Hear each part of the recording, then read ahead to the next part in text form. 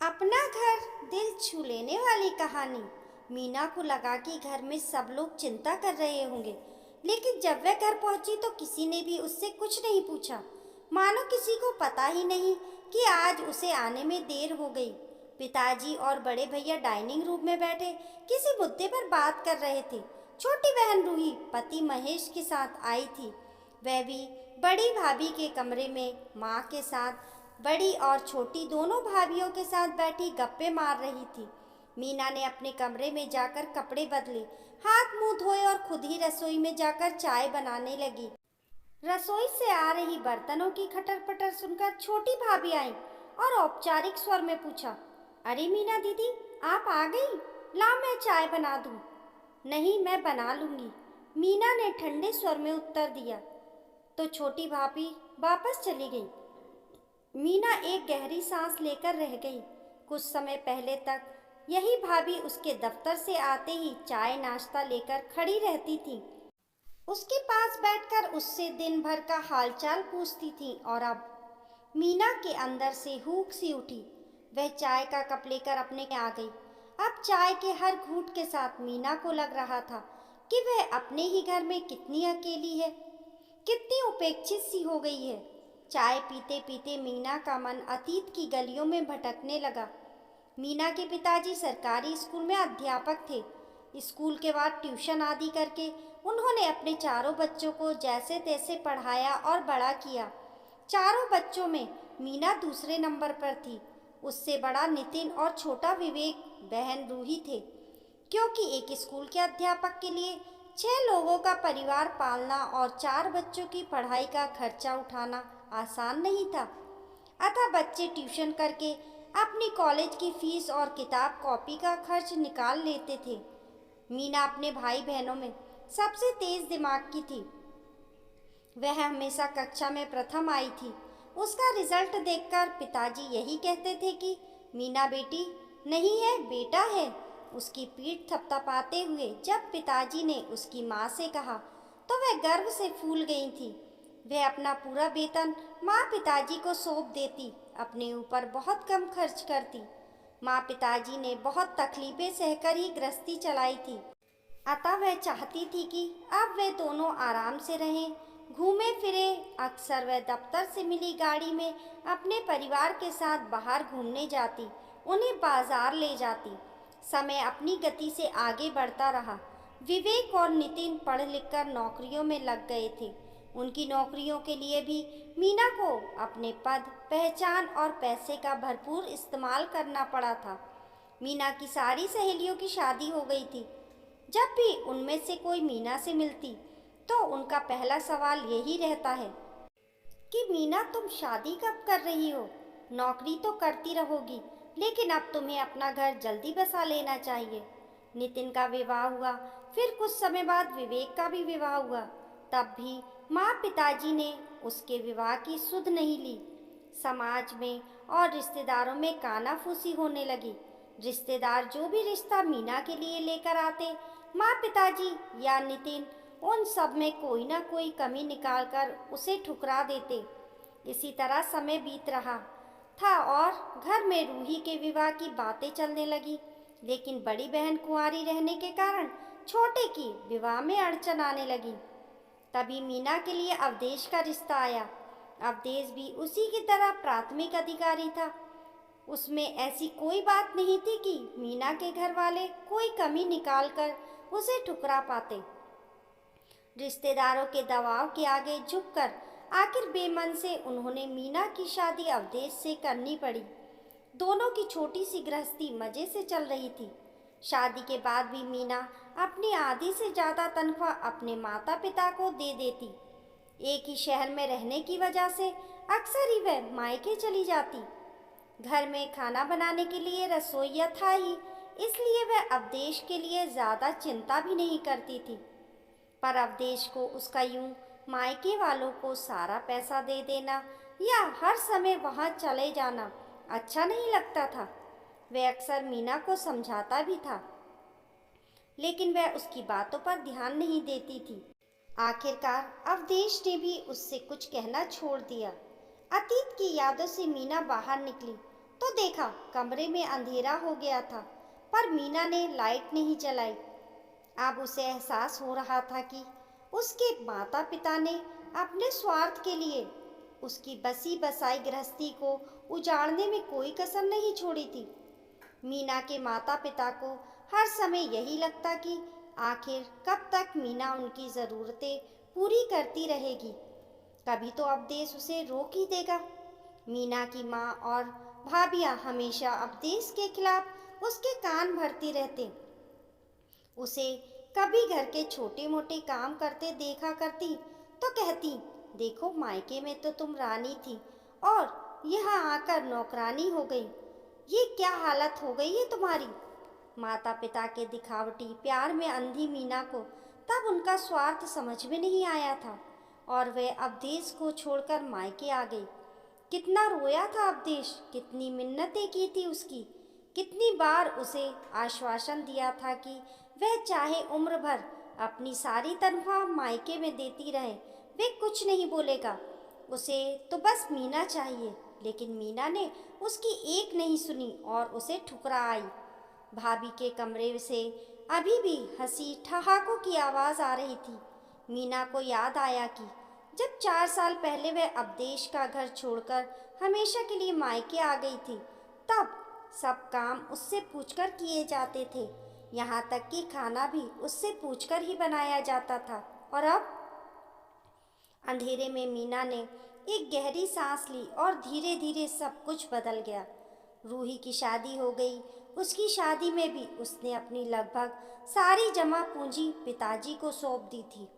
आज वही रूही माँ और भाभीियों में ही मग्न रहती है, अपने ससुराल के किस्से सुनाती रहती है। दोनों भाभीियों, भैया, माँ और पिताजी बेटी व दामाद के स्वागत में उनके आगे पीछे घूमते रहते हैं और मीना अपने कमरे में उपेक्षित सी पड़ी रहती है। रूही के नन्हे बच्चे को देखते ही उसके दिल में एक टीस सी उठती। आज उसका भी नन्हा सा बच्चा होता, पति होता, अपना घर होता। मीना दीवार से सिर टिकाकर बैठ गई। तभी माँ कमरे में आई। अरे अंधेरे में क्यों बैठी है? माँ ने बत्ती जलाते हुए कहा। कुछ नहीं माँ, बस थोड़ा सिर में दर्द है। मीना ने दूसरी ओर मुंह करके जल्दी से अपने आंसू पोंछ लिए। सुन बेटी, मुझे तुझसे कुछ काम था, माँ ने अपने स्वर में मिठास घोलते हुए कहा। बोलो माँ, क्या काम है? मीना ने पूछा। रूही दिवाली पर मायके आई है तो मैं सोच रही थी कि उसे एक आधा गहना बनवा दूं। दामाद और नन्हे के लिए भी कपड़े लेने हैं। तुम कल बैंक से 15,000 रुपये निकलवा लाना। कल शाम को ही बाजार जाकर गहने व कपड़े ले आएंगे। ठीक है, कल देखेंगे, मीना ने रूखे स्वर में कहा। मीना ने माँ से कह तो दिया, पर उसका माथा भन्ना गया। 15,000 रुपये क्या कम होते हैं? कितने आराम से कह दिया निकलवाने को। इतने सालों से वह अपने पैसों से घर भर की इच्छाओं की पूर्ति करती आ रही है, लेकिन आज तक इन लोगों ने उसके लिए एक चुनरी तक नहीं खरीदी। माँ को रूही के लिए गहने कपड़े खरीदने की चिंता है, लेकिन उसके लिए दिवाली पर कुछ भी खरीदना याद नहीं रहता। दूसरे दिन दफ्तर में मीना का मन पूरे समय अवदेश के इर्द गिर्द घूमता रहा। उसे अपने किए पर आज पछतावा हो रहा था। लंच में उसकी सहेली गीता उसके कमरे में आ बैठी। अक्सर दोनों साथ साथ लंच करती थीं। देखा मीना, मैंने तो पहले ही तुझे समझाया था कि अवदेश को छोड़कर तूने अच्छा नहीं किया, पर तू मायके वालों के स्वार्थ को प्यार समझ बैठी थी और मेरी एक नहीं मानी। अब हकीकत का तुझे भी पता चल गया ना। मुझे अपनी गलती का एहसास हो गया है। मेरी आंखें खुल गई हैं। मीना की आंखों से आंसू झलक पड़े। अब जाकर आंखें खुली है तेरी।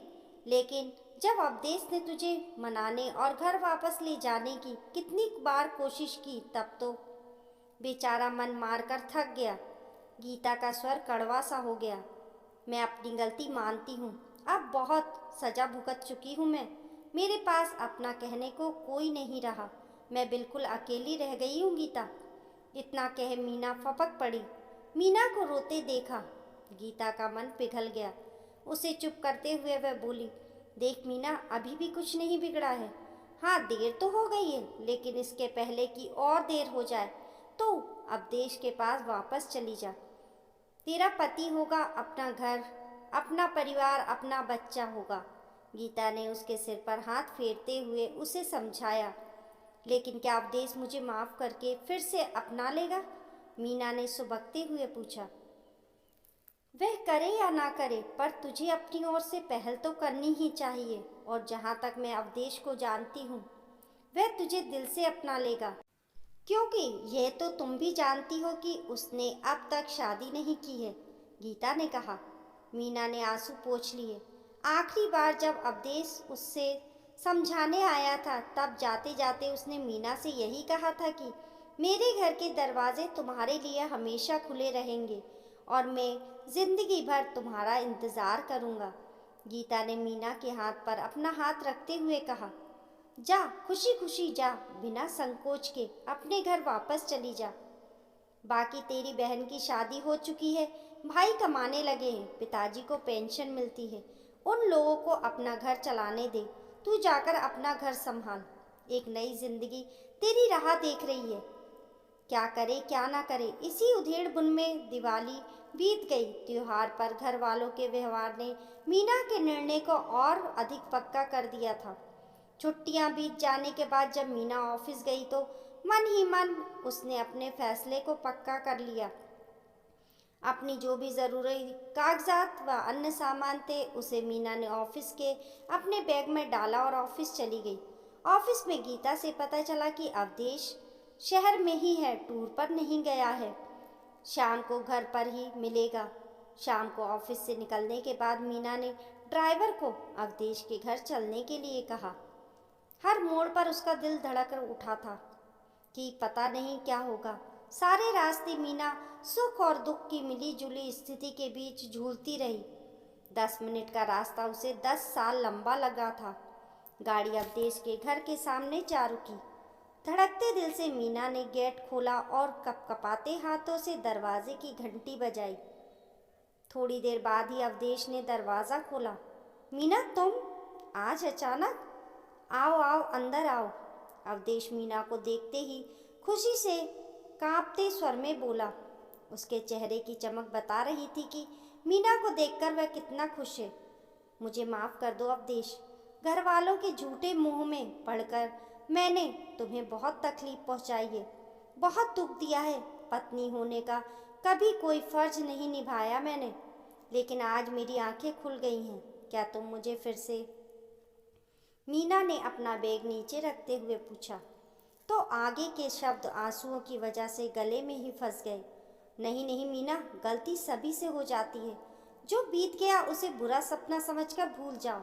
ये घर और मैं आज भी तुम्हारे ही हैं। देखो, तुम्हारा घर आज भी वैसे का वैसा ही है। अवधेश ने मीना को अपने सीने से लगा लिया।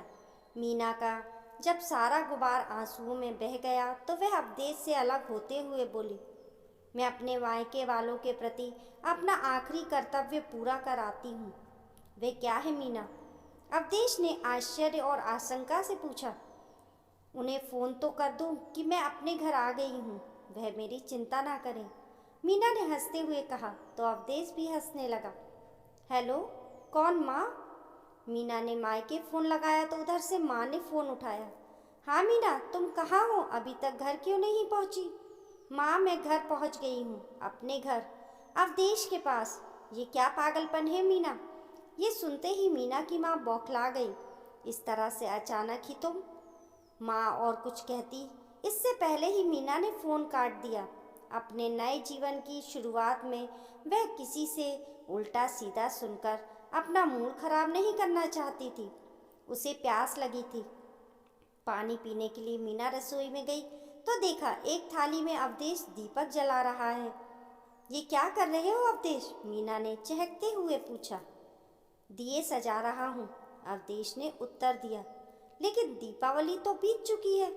हाँ, लेकिन मेरे घर की लक्ष्मी तो आज आई है, तो मेरी दीपावली तो आज ही है, इसलिए उसके स्वागत में ये दिए जला रहा हूँ, अवधेश ने मीना की तरफ प्यार से देखते हुए कहा। तो मीना का मन भर आया। अब वह पति पत्नी के इस अटूट स्नेह संबंध को हमेशा हृदय से लगाकर रखेगी। ये सोचकर वह भी दिए सजाने में अवधेश की मदद करने लगी। देर से ही सही, लेकिन आज उसके जीवन में प्यार और खुशहाली के दिए झिलमिला रहे थे। इस कहानी को लेकर आपकी क्या राय है, हमें कमेंट करके ज़रूर बताइए। कहानी पसंद आने पर लाइक और शेयर करें।